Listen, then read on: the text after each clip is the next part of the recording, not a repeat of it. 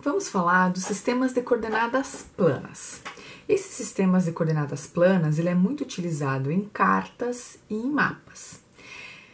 Para a representação dessas cartas e mapas, nós utilizamos um sistema de referência geodésico.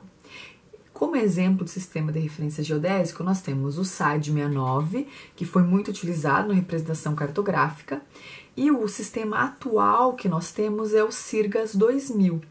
Esses sistemas, eles estão vinculados ao nosso elipsoide, né?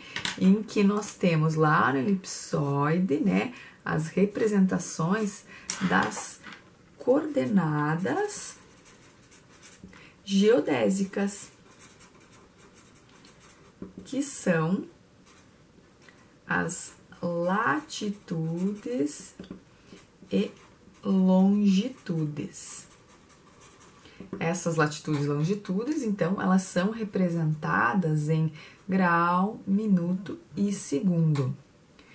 O que nós precisamos? Para que a gente possa utilizar as cartas e os mapas, nós precisamos fazer uma conversão dessas coordenadas geodésicas para as coordenadas planas. Então, ou seja, nós queremos sair do elipsoide para o mapa, né, para o plano, né? O mapa ele é representado, é uma área plana, né, e que é onde a gente vai trabalhar. Para fazer isso, deve existir uma conversão dessas coordenadas. Então, para isso, o que foi feito? Se adotou, né, essa conversão, se adotou um sistema de projeção. O que consiste esse sistema de projeção? Você fazer essa transformação das informações que estão no elipsoide para o mapa. Como é que funciona isso? Se utilizam de figuras geométricas, né? Então, pode ser feito utilizando o plano, pode ser feito utilizando uma figura cônica ou pode ser feito utilizando uma figura cilíndrica. Além disso, além de utilizar essas figuras geométricas, essa conversão ela pode considerar a equivalência, ou que a gente chama, né, de projeção equivalente, em que eu conservo a área, né? Então há uma conservação da área que está no elipsoide para a área que vai para o mapa, ou ele pode ser equidistante, em que se conserva a distância, então não há uma distorção em termos de distância, ou conforme, em que é preservado a questão do ângulo, né? O ângulo ou as direções.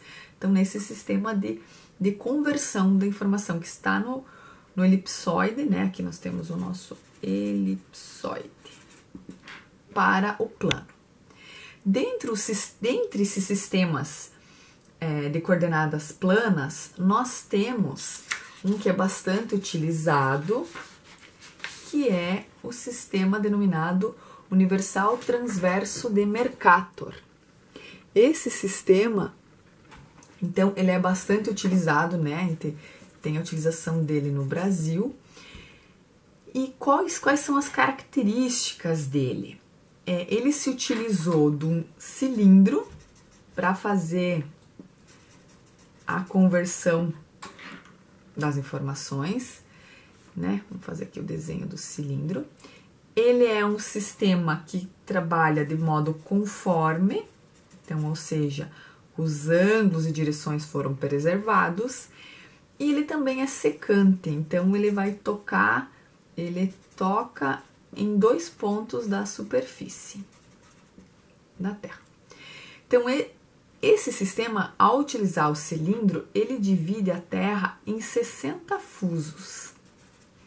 Esses fusos, eles são numerados, né? Então, vai de 1 a 60 e começam a contar a partir do antimeridiano de Greenwich, né?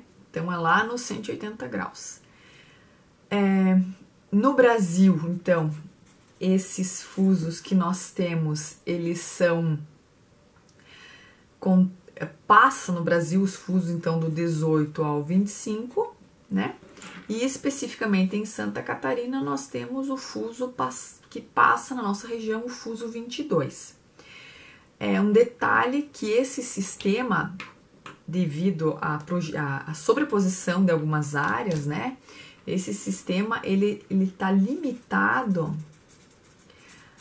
a 80 graus norte e 84 graus sul. Ou seja, a partir desses valores, dessas latitudes, nós temos outros sistemas de projeções para representar aquela determinada porção da Terra.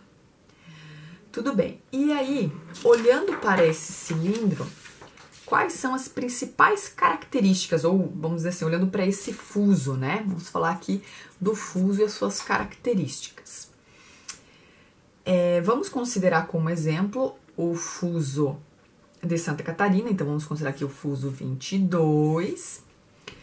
O meridiano central desse fuso, ele corresponde a 51 graus. Todo fuso, ele tem uma amplitude de 6 graus, né? Então, ele vai dividir em 3 graus para cada lado. Como ele é um sistema em que trabalha com coordenadas métricas, né? Vamos chamar aqui, ele tem as coordenadas métricas e que serão representadas pela letra norte e letra E, este. Nós precisamos entender como é que se dá essa disposição das coordenadas. Então, nós vamos dividir a linha do Equador e separar, né? Considerando o hemisfério norte e o hemisfério sul. Nesta linha, considerando essa situação, nós temos como ponto de referência para o hemisfério sul, o valor da coordenada, ele passa no ponto de partida a valer 10 milhões de metros. Para o hemisfério norte, esse valor de partida é 0 metro. O que acontece? Quando nós estamos mais ao sul, o valor de N, ele tende a diminuir. Quando estamos mais ao norte, considerando o hemisfério norte, o valor ele tende a aumentar. Então, ele considera, né, as latitudes, né? Então, as coordenadas nortes, elas referem-se às latitudes. Então, um determinado ponto, né? Ele sempre vai ser representado por um par de coordenadas. Então, vamos chamar aqui um ponto, P0. Ele precisa ter um par de coordenadas, que vai ser as coordenadas norte e este. Então, em relação ao oeste, o meridiano central tem como referência o valor de 500 mil. Então, ou seja, no meridiano central é 500 mil. Estes valores, né, tanto 500 mil quanto 10 milhões, eles foram adotados para que evite-se ter valores de coordenadas negativas. Então, no meridiano central o valor é de 500 mil, ele aumenta para o sentido este e diminui para o sentido oeste. O que acontece? Ele tem um limite, né? A extensão do fuso, ela tem cerca de 670 quilômetros. Então, o máximo de valor que nós vamos encontrar na coordenada este, aqui na longitude, vai ser de 830 mil. E o valor mínimo que nós vamos encontrar é de 160 mil metros. Então, esses são os valores. Se eu estou sentindo mais, né, pro leste, este, ela vai aumentar, e se estou mais pro sentido oeste, ela tende a diminuir. Então, nós podemos pensar num exemplo aqui de coordenadas, né? Então, vamos por aqui um P1, aqui um P2 e aqui como referência, né, mais ou menos na mesma linha, o P3. Pela localização, então, nós podemos dizer que para o P1, a coordenada norte tem como valor, então ela está mais ao sul, então vamos dizer que ela tem de 9.000.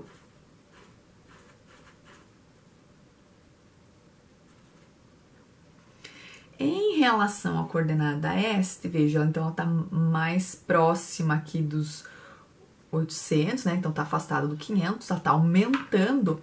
Então podemos colocar como exemplo aqui 700.000. Esse seria o valor do P1. O valor do P2. O valor do P2 ele tá mais ao sul em relação ao P1. Então, se nós estipulamos que aqui seria 9.000, nós podemos dizer que o P2 ele tem um valor de 6.000.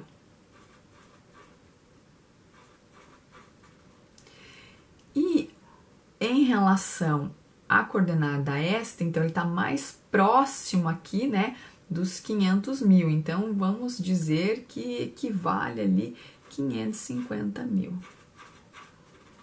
É o valor da coordenada.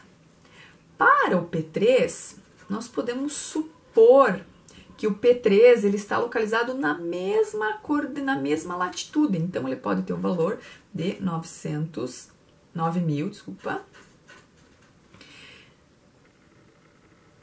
Na verdade, é 9 milhões. E em relação à coordenada este, então ele é menor que 500.000, né? Então o valor vai ser aqui 230.000. Então essa é a forma de disposição em relação às coordenadas.